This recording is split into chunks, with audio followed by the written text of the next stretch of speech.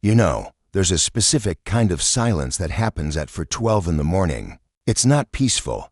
It's heavy, like the world is holding its breath waiting for something to break. And on a rainy Tuesday in Seattle, that silence was shattered in my apartment by 3 sharp, terrifying knocks that sounded less like a visitor and more like a gavel coming down on my life. I'm Alan Vance, by the way, and up until that moment, I was the CEO of Vance Holloway Biotech, living in a glass penthouse that cost more than my parents' entire lifetime earnings, convinced that my biggest problem was the FDA approval hearing scheduled for Friday. But when I dragged myself out of bed, heart hammering against my ribs like a trapped bird, and looked through that peephole, I saw the one thing a woman living alone never wants to see: a man standing in her hallway, looking like he's about to scream. I recognized him.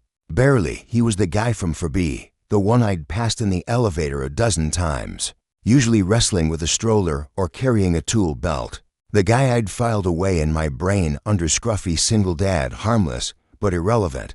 But tonight, under the harsh fluorescent hallway lights, he looked like a ghost, his skin gray, sweat beading on his forehead, and he wasn't looking at me. He was looking down the hall like he expected a SWAT team to burst out of the elevator. I kept the chain on, obviously, because I'm not an idiot, and I cracked the door just an inch, letting the cold hallway air mix with the expensive lavender scent of my foyer. And I hissed, "Who are you and what do you want?" He didn't even blink. He just pressed his face close to the crack, his voice a ragged whisper that made the hair on my arms stand up, and said, "My name is Leo. Leo Rossi. I live downstairs, and Elena. You cannot go to your office today. If you walk through those doors at 8 a.m., you are going to die. Now." My first instinct was to slam the door and call 911, because this sounded like the opening line of a stalker manifesto. But there was something in his eyes, this raw, frantic terror that you can't fake. And before I could shut him out, he shoved a phone screen up to the crack in the door and said, "Just look, please God, just look at the schematics." I looked, mostly to humor him so he'd go away, but then I froze, because on that cracked iPhone screen were photos of my private office, my desk, my bookshelf, and a zoomed-in shot of the new climate control unit that had been installed in my ceiling vent just yesterday. Only the photo wasn't of a fan or a filter. It was a close-up of a canister labeled with a chemical compound that I recognized immediately from my PhD days, a binary neurotoxin that is absolutely not used for air conditioning, unless you're trying to condition the air to kill everything that breathes it.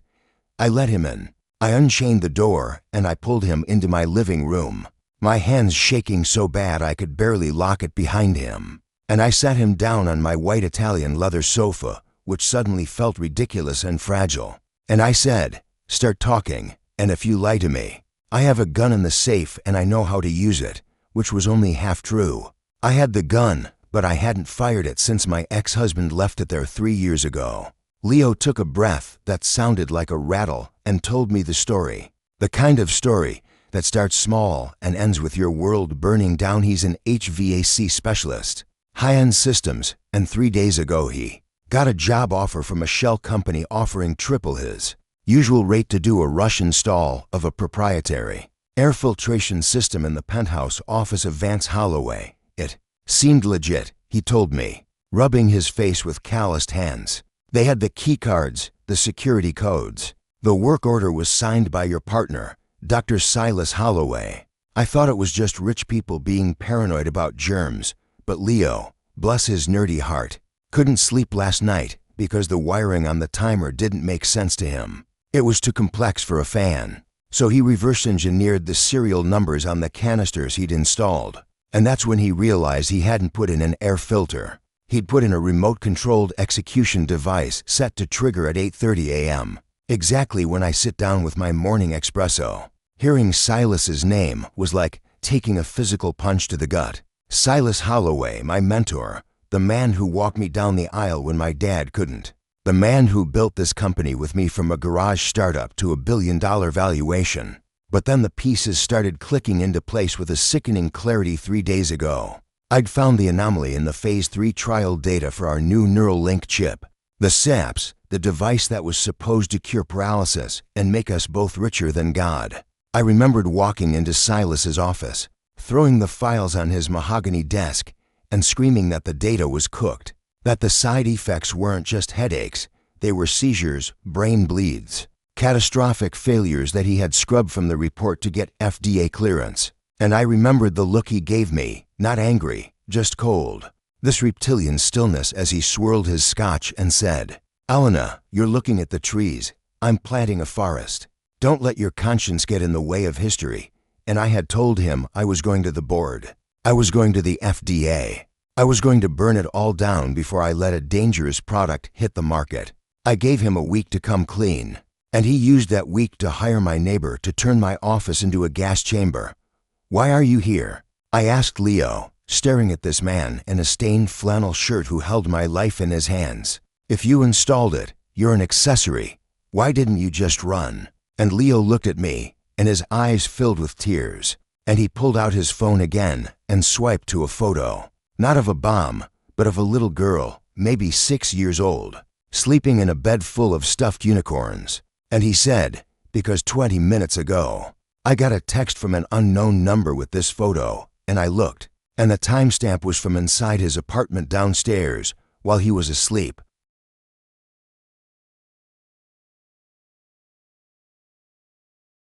The text underneath read, "The job is done when the target is gone.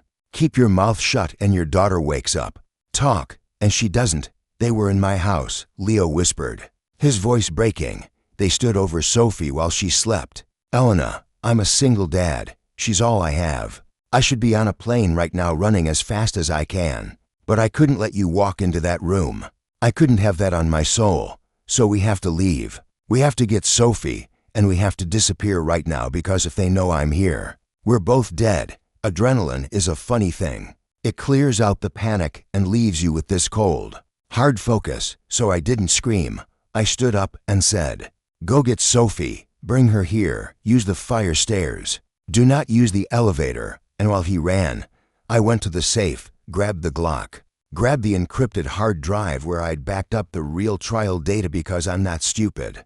I knew Silas was shady, just not murder shady, and I shoved everything into a gym bag along with 20 grand in cash I kept for emergencies. Leo came back 5 minutes later carrying a sleeping child wrapped in a blanket, looking terrified. And we didn't take my Tesla because that thing is basically a tracking device on wheels. We took his beat-up 2015 Ford Explorer that smelled like crayons and old coffee, and we drove out of the city before the sun even thought about coming up, heading east toward the mountains, toward a cabin that belonged to my grandmother, a place that wasn't in my name, wasn't on the company books, a place where cell service went to die. The drive was agonizing. Every pair of headlights in the rearview mirror looked like a hitman. Every vibration of the phone felt like a threat. And poor Leo was driving with one hand on the wheel and one hand reaching back to touch Sophie's leg, just making sure she was still there, still breathing. And I sat there in the passenger seat, watching the rain streak the glass, realizing that my billion-dollar life, my penthouse, my reputation, it all meant nothing, absolutely nothing, compared to the loyalty of a stranger who risked his child to save me. We got to the cabin around 7 a.m. The sky was that bruised purple color of dawn, and we didn't unpack. We just sat in the cold living room, shivering, waiting for 8:30, waiting to see if the world would end. And I pulled out my laptop, tethered it to a satellite phone I kept for hiking, and I logged into the building's internal security network. I still had my admin codes. Silas hadn't revoked them yet, because he wanted me to walk into that trap feeling safe. We watched the feed from my office in grainy black and white, the empty desk, the expensive art, the vent in the ceiling that looked so innocent. And at 8:29, my phone buzzed. It was Silas. A text message, "Early meeting? Coffee is on me." The audacity, the sheer, psychopathic calmness of it made me want to vomit. But I didn't reply. I just watched the screen. And at 8:30 exactly, I saw it, a tiny puff of mist, barely visible, venting from the ceiling, filling the room with an invisible death that would have stopped my heart in 30 seconds. And then, about a minute later, the door opened, but it wasn't me walking in. It was my assistant, Jessica. I screamed at the screen, "No, get out, get out." even though she couldn't hear me. But thank God, thank every star in the sky. She stopped at the threshold, frowned, sniffed the air, and stepped back, closing the door the fail-safe Leo had told me about. The odorless gas actually had a slight metallic smell if the mixture was off, and Leo had tweaked the mixture just slightly during the install. A subconscious act of sabotage he didn't even realize he'd done. Jessica lived, but now Silas knew I wasn't there, and the clock started ticking for real. "We need to call the police," Leo said. Pacing the floor, "We have the footage, we have the drive," but I shook my head. "The police will take hours. They'll want statements, warrants. And Silas has judges in his pocket. He has lawyers who eat cops for breakfast. If we go the legal route, he'll be on a private jet to a non-extradition country before they even file the paperwork. Or worse, he'll send his cleaners to finish the job. So what do we do?" Leo asked, looking at Sophie, who was finally waking up on the couch, rubbing her eyes and asking why we were in a wooden house. "We don't go to the cops," I said, feeling that cold, hard rage settle in my chest. "We go to the one group of people Silas can't bribe, can't intimidate, and can't outrun. We go to the public. We go nuclear." I called an old friend, a journalist named Karen who had been trying to get an interview with me for years, a woman who had been sued by half the Fortune 500 and wore the lawsuits like badges of honor. And I said, "Karen, bring a camera crew, bring a satellite truck, and meet me at these coordinates. I'm about to give you the story of the decade." And then I looked at Leo, this man who just wanted to fix air conditioners and raise his daughter, and I said, "Do you trust me?" He looked at me, really looked at me, stripped of my designer clothes and my CEO armor, just a scared woman in a dusty cabin, and he nodded. "I'm here, aren't I?" By noon, the news vans were winding their way up the mountain road. But so was something else. My security alerts were going haywire. Someone was trying to brute force my cloud accounts, trying to wipe the servers remotely. Silas was scrubbing the crime scene, erasing the digital trail. He knew something was wrong, and I knew that if he deleted the source code for the SAP's chip, the proof of the fraud would be gone forever. I had to stop him, but I was stuck on a mountain, and Leo, who was watching over my shoulder as I frantically typed, pointed at the screen and said, "I know that system," pointing to the building's VIC interface, which was linked to the main server for cooling. "I installed the cooling override last year. If we can overheat the server room, the system will trigger a hard lockdown to protect the hardware. It shuts off external access. He won't be able to delete anything. Can you do it from here?" I asked. "I need a backdoor," he said, cracking his knuckles, and luckily, I never changed the default admin passwords on the thermostats because nobody ever checks them. So there we were, the CEO and the janitor essentially, hacking into a billion-dollar building from a laptop on a rustic pine table, racing against a man who was currently shredding documents 100 miles away. And Leo was typing like a pianist, sweating bullets, muttering, come on, overheat you piece of junk," while I was on the phone with Karen, guiding her convoy, and we got the lockdown initiated at 12:15. Just as Karen's van pulled into the driveway, and 10 minutes later, we were live, streaming to millions of people. I laid it all out: the fraud, the fake data, the seizures, the hitman, the gas in the ceiling. I showed the schematics Leo found.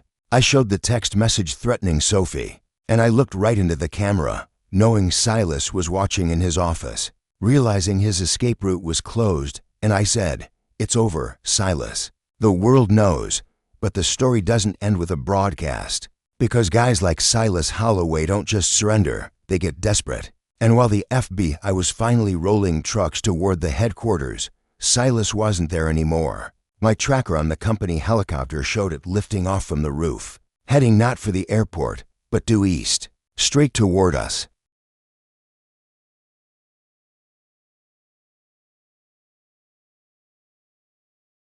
You'd think seeing a helicopter on a news feed is cool, but seeing your own company chopper banking over the tree line of a remote mountain, flying low and fast like a bird of prey, is a level of terror that makes you forget how to breathe.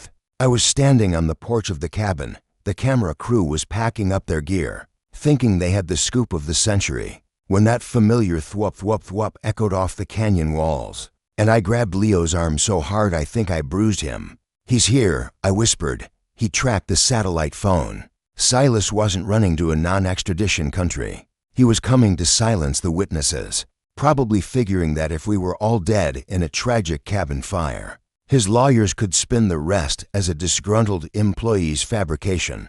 The news crew froze, pointing their cameras up, and that's when the first shot hit the dirt about 5 feet from Karen.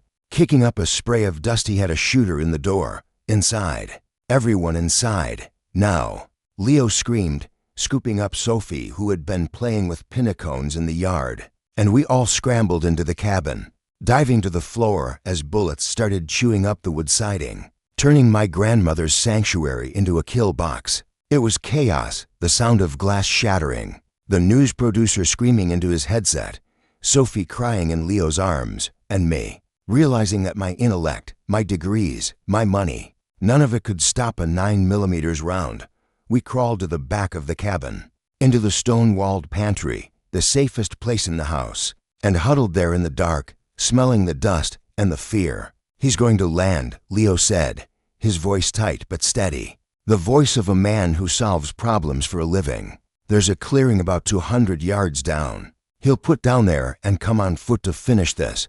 We have to run," Karen whispered, clutching her microphone like a weapon. "No," I said, checking the magazine in the Glock, my hands surprisingly steady now that the worst was happening. "We can't outrun a helicopter in the woods, and we can't outrun bullets. We have to hold them off until the police get here. The police are 30 minutes out." Leo reminded me. "We have maybe 5 minutes before they breach the door."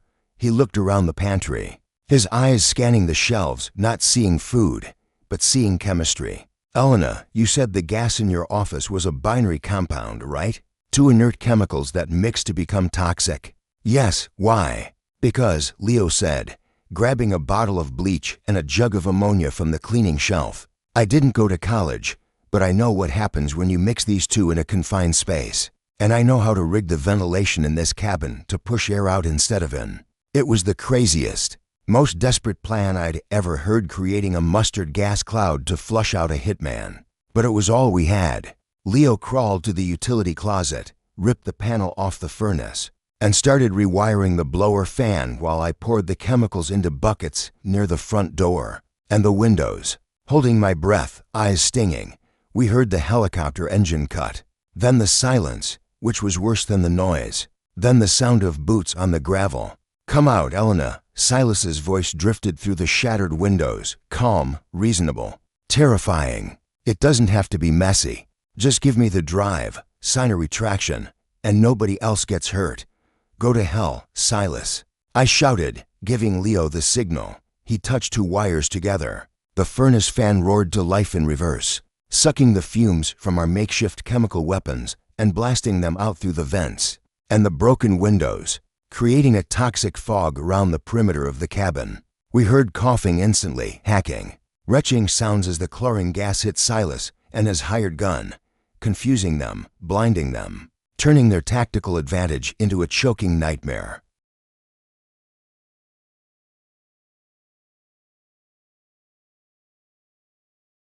"Now," Leo yelled, and we bolted out the back door, running into the woods, Sophie clinging to Leo's back, me covering the rear with the gun I barely knew how to aim. We ran until our lungs burned, scrambling up a deer trail, heading for the ridge line where the cell service might pick up again. And we didn't stop until we heard the sirens wailing in the valley below, a symphony of red and blue lights winding up the mountain road. We watched from the ridge as the SWAT team surrounded the cabin, watched as they dragged a coughing, blinded Silas Holloway out in handcuffs, watched him fall to his knees not in prayer, but in defeat, realizing that he'd been beaten not by a rival corporation, but by a woman he underestimated and a handyman he didn't even know existed. The aftermath was a blur of statements, lawyers, and flashes of cameras. The trial was the circus you'd expect. Silas tried to blame the pressure, the market, me. But the evidence was ironclad. The video of him getting arrested, weeping and snot-nosed from the chlorine gas, played on loop on every channel, stripping away his mystique of invincibility. He got 25 years. The hitman rolled on him for a plea deal and got 15. Vance Holloway Biotech collapsed. Obviously. The stock went to zero, the assets were liquidated, and I lost everything: the penthouse, the cars, the status. I was technically cleared of wrongdoing, but my name was mud in the industry. The whistleblower who destroyed a unicorn, they called me, as if saving thousands of lives was a bad business move. But here's the thing about losing everything. You realize how heavy it was to carry in the first places. 6 months later, I was sitting on the porch of a much smaller, fixer-upper house in the suburbs, watching Leo teach Sophie how to ride a bike without training wheels. We weren't rich. I was consulting for ethical startups, making a fraction of what I used to. And Leo had started his own HVAC business, Rossi and Vance Systems. Yeah, I bought in as a partner. Turns out I'm pretty good at the business side of air conditioners. Leo walked up to the porch, wiping grease off his hands with a rag, looking scruffier and happier than I'd ever seen him in that gloomy apartment hallway. He sat down next to me, beers in hand, and clinked his bottle against mine. You know, he said, watching Sophie wobble down the driveway, for a CEO, you make a pretty decent fugitive. And for a handyman, I laughed, leaning my head on his shoulder, smelling that mix of sawdust and laundry detergent that had become my favorite scent in the world. You make a pretty good bodyguard. We weren't dating, not really, not yet. We were something else, something forged in fire, bonded by trauma and trust. We were family. He had saved my life, and I had saved his integrity. And together we had saved Sophie from growing up without a dad. I thought about the old Elena, the one who would have ignored the knock at 4 a.m., the one who would have trusted the signature on the work order, because it came from a reputable source. And I felt a shiver of horror at how close I came to being a statistic. I looked at Leo, this ordinary man with extraordinary courage, and I realized that the smartest thing I ever did wasn't getting a PhD or founding a company. It was opening that door and trusting the guy from 4B. So, here's the question I want to leave you with, and I want you to really think about it before you answer in the comments. We walk past people every single day: neighbors, baristas, the person fixing the pothole outside your house, and we treat them like background characters in the movie of our lives. But if one of them knocked on your door at 4 a.m., terrified and desperate, telling you to walk away from everything you know,